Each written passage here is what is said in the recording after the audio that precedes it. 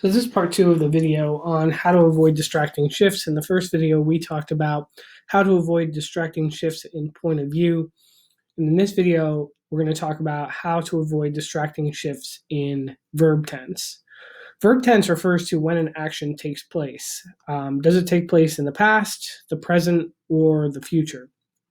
And there are different kinds of verb tenses that exist in English. We have what's called simple past, which we typically put an ed on the end of the verb, the simple present, which is the verb in its simple form, and the simple future, which just adds the word will before the simple form. So to read the examples on the screen, the present would be I study English, the past is I studied English, and the future is I will study English. There are other forms of verb tenses in the English language.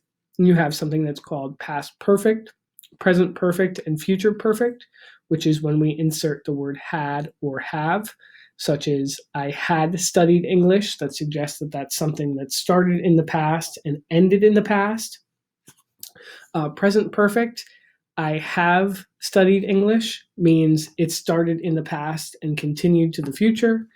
And I will have studied English means that it hasn't happened yet, it will happen in the future, and it will continue for some time. It's not a standalone event. Past continuous, I have been studying English.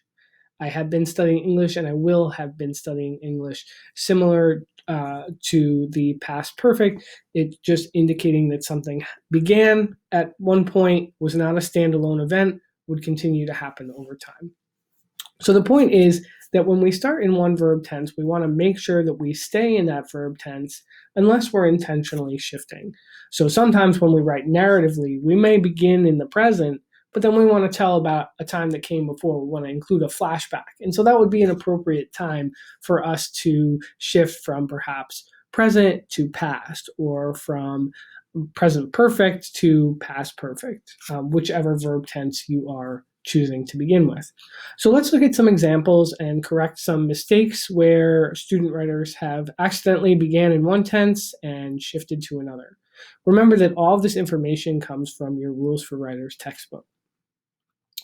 So I'm just going to read the explanation that comes in the textbook.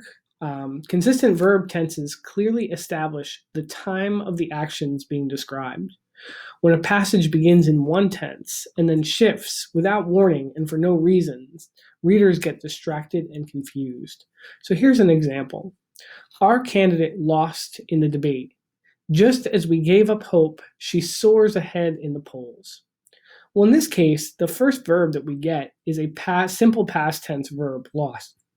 And then all of a sudden, in sentence number 2, we're in present tense. The word soars is a present tense verb. And so that just creates a distracting shift. And what we want to do is make sure that we are using the tense consistently. And so we're going to go ahead and revise that present tense soars to soared. And then the correct sentence reads, our candidate lost in the debate. Just as we gave up hope, she soared ahead in the polls. And now those two verbs match. In another example, and this one's kind of confusing, The Scarlet Letter is a book. You may have read it in high school. I'm not going to lie, it's not one of my favorites, though I have taught it many times. When we are writing about literature, we want to write about the book as though it is happening right now. And this can be kind of like an odd feeling because we read the book already. How else would we write about it, right? So for instance, when I'm asking you to write about Jamaica Kincaid's Girl, or I'm asking you to write about Leave Your Name at the Border by Manuel Munoz, there might be, your instinct is probably to write about it in the past tense because you've read it before you're writing. However, when we're writing about literature, we want to make sure that we are always writing about it in the present tense as though it were happening now.